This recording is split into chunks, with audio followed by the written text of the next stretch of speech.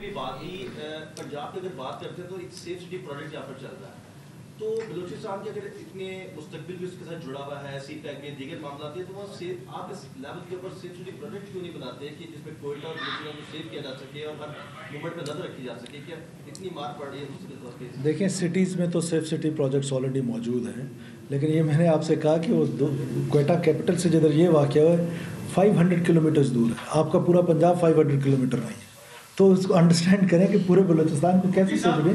لیکن ہماری کیپیسٹی ہے، یہ ہمارا فرض ہے، اپنے لوگوں کی حفاظت کرنا ہماری ذمہ داری ہے، ہم اپنی ذمہ داری سے مبرا نہیں ہوں گے. جی شفیق صاحب.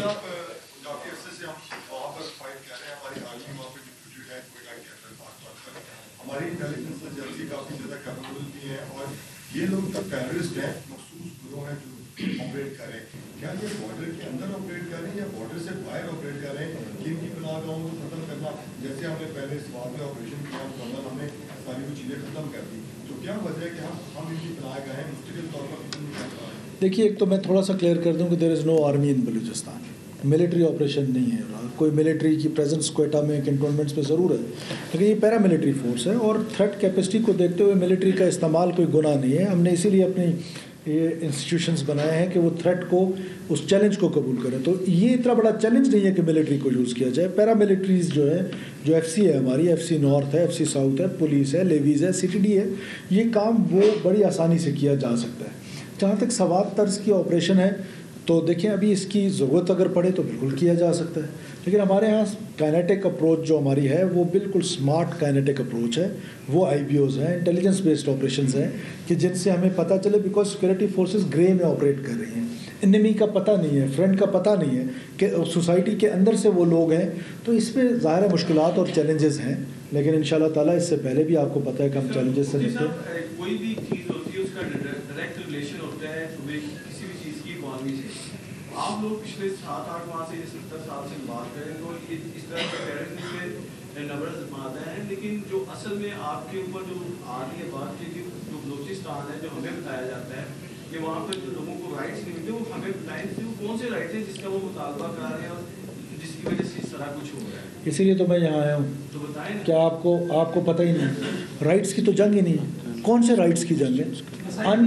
اگر اجازت دیں تو کمپلیٹ کر لیں. رائٹس کی جنگ تو نہیں ہے. کون سے رائٹس؟ ان پیرلل ڈیولپمنٹ جو ہے، جو ڈیولپمنٹ لاہور میں ہے وہ کیا گجرانوالہ میں ہے؟ جو کراچی میں ہے کیا وہ کشمور میں ہے؟ جو پشاور میں ہے کیا وہ مردان میں ہے؟ تو دس از ان پیرلل ڈیولپمنٹ. یہ پورے پاکستان کا ایشو ہے. جو لڑ رہا ہے دیکھیں وہ ہمیں کنفیوز کر رہا ہے. دیکھیں ابھی ایک انفارمڈ جرنلسٹ یہ کہہ رہا ہے، اس کا مطلب ہے کہ ہم کنفیوزڈ ہیں، ہم اس وائلنس کو لے کے کنفیوزڈ ہیں. بالکل کوئی رائٹس کی جنگ نہیں ہے، یہ صرف اور صرف دہشت گردی ہے. ہمارے رائٹس آج تک بلوچستان کے جو ڈیو رائٹس ہیں کانسٹیٹیوشن آف پاکستان وہ رائٹس آپ کو دیتا ہے. این ایف سی ایوارڈ میں پنجاب نے اپنا شیئر ہمیں دیا ہے، تو we should be thankful to Punjab and we are. تو کہنے کا مطلب ہے کہ رائٹس کی جنگ نہیں ہے، یہ ان پیرلل ڈیولپمنٹ ایک ایشو ہے. لوگ ڈپرائیوڈ ضرور ہے، لیکن اس کا یہ مطلب نہیں ہے کہ وائلنس کا رائٹ ان کو دے دیا جائے. وائلنس کا رائٹ صرف اسٹیٹ ایکسرسائز کرتی ہے، وائلنس کی مونوپلی صرف اسٹیٹ کے پاس ہے، اور اس کے بعد اس کی کسی اور کو اجازت نہیں دی جا سکتی. پورے پاکستان میں اگر آپ تھوڑا سا فرق دیکھیں کہ بلوچستان اور باقی صوبوں میں کیا فرق ہے، کہا جاتا ہے کہ بلوچستان باقی صوبوں سے پیچھے رہ گیا، اس کی وجوہات بتائیں. پتہ چلتا ہے کہ سیاستدان یہ ذمہ دار ہیں.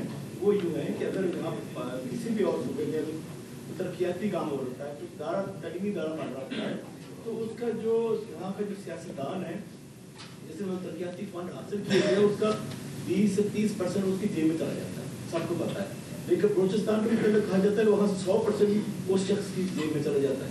یہ آپ کا ایک یہ گزارش ہو، یہ فرق ہے. آپ کیوں نہیں سمجھتے کہ یہ عوام اس تنگ ہے؟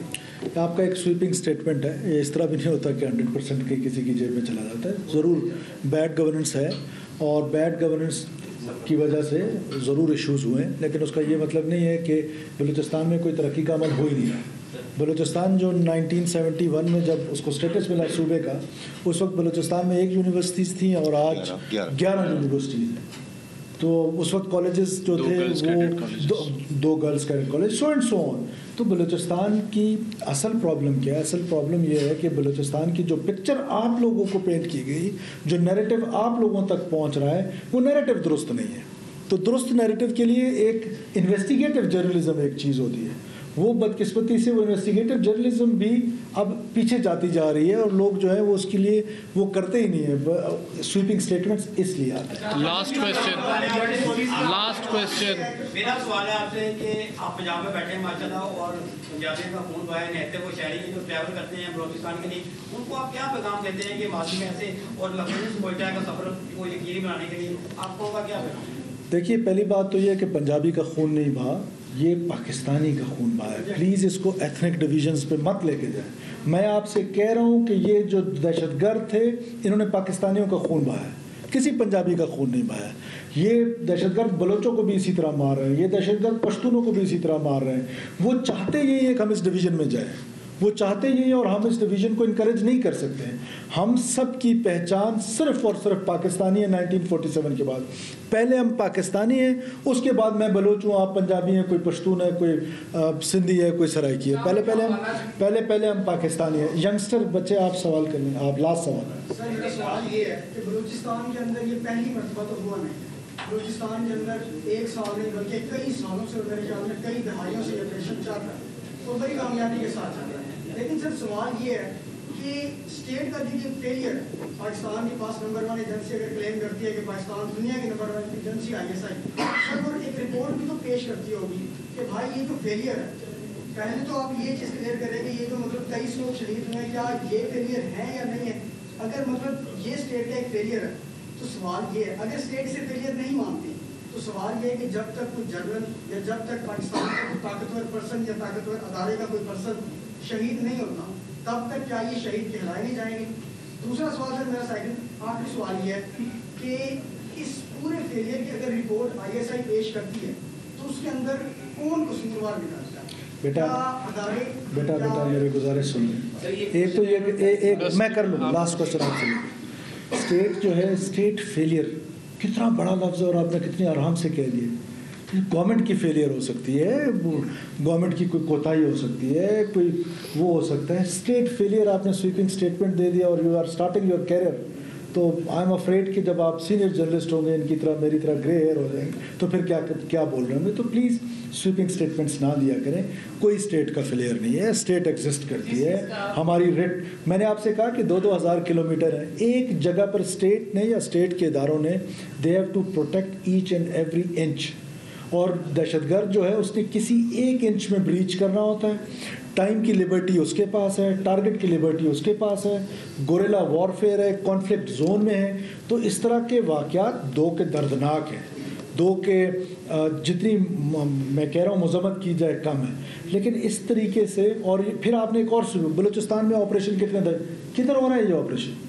آپ کے رحیم یار خان میں کچے میں ایک آپریشن ہوتا ہے, ٹکٹ چلتے ہیں. رحیم یار خان کچے کے علاقے میں, کیا میں اس کو کہہ دوں پنجاب میں آپریشن ہو رہا ہے؟ کہہ سکتا ہوں, یا آپ خود اس ٹکٹس میں لکھتے ہیں, لیکن ہمارے کیس میں آپ لکھتے ہیں پورے بلوچستان میں کوئی آپریشن بلوچستان میں نہیں ہو رہا ہے. ہم اسمارٹ کائنیٹک آپریشن ضرور کریں گے, IBO ضرور کریں گے. جو بھی وائلنس کرے گا, جو معصوم لوگوں کے قتل و غارت میں شامل ہوگا, اس کے اگینسٹ ضرور جائیں گے. لیکن پرسیپشن اینڈ ریئلٹیز میں فرق جان کے چاہیے. لاسٹ سوال.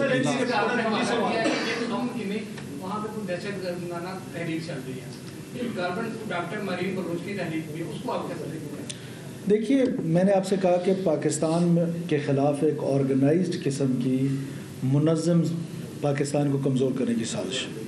اس میں 3 یہ ڈاکومنٹڈ ہے. یہ تو جو لوگ انسرجنسی پڑھتے ہیں, جو لوگ سیپریسٹ موومنٹ پڑھتے ہیں, جو لوگ گوریلا وارفیئر پڑھتے ہیں, ان کو یہ بات پتہ ہے اچھی طریقے سے کہ 3 جگہوں سے ان کی سکسیس ہے.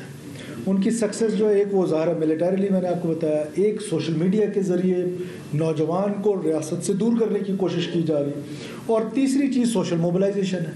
کیا بشیر زیب کا آپ کو نہیں پتا ہوگا کون ہے, وہ مجید بریگیڈ کا ہیڈ ہے BLA کا, جو یہ خود کش حملے کرا رہا ہے. وہ خود آ کے لاہور مال روڈ پہ کوئی پریس کانفرنس کر سکتا ہے یا آپ سے بات کر سکتا ہے. اس کو لیجیٹیمیٹ وائس چاہیے یہاں پر جو اس کے لیے ایڈوکیسی کرے, جو اس کے لیے یہاں پر ریکروٹمنٹ بلوچستان کے اندر کر سکے. اور یہ وکٹم کارڈ کھیل کے یہ ریکروٹمنٹ کی جاتی ہے. تو یہ ساری ایک آرگنائزڈ قسم کا پلان کر سکتے. آپ اگر بات کمپلیٹ کرنے دیں تو میں تو بیٹھا ہوں, آپ کو پتہ نہیں کیا جلدی ہے. تو گزارش یہ ہے کہ جب یہ آرگنائزڈ پلانڈ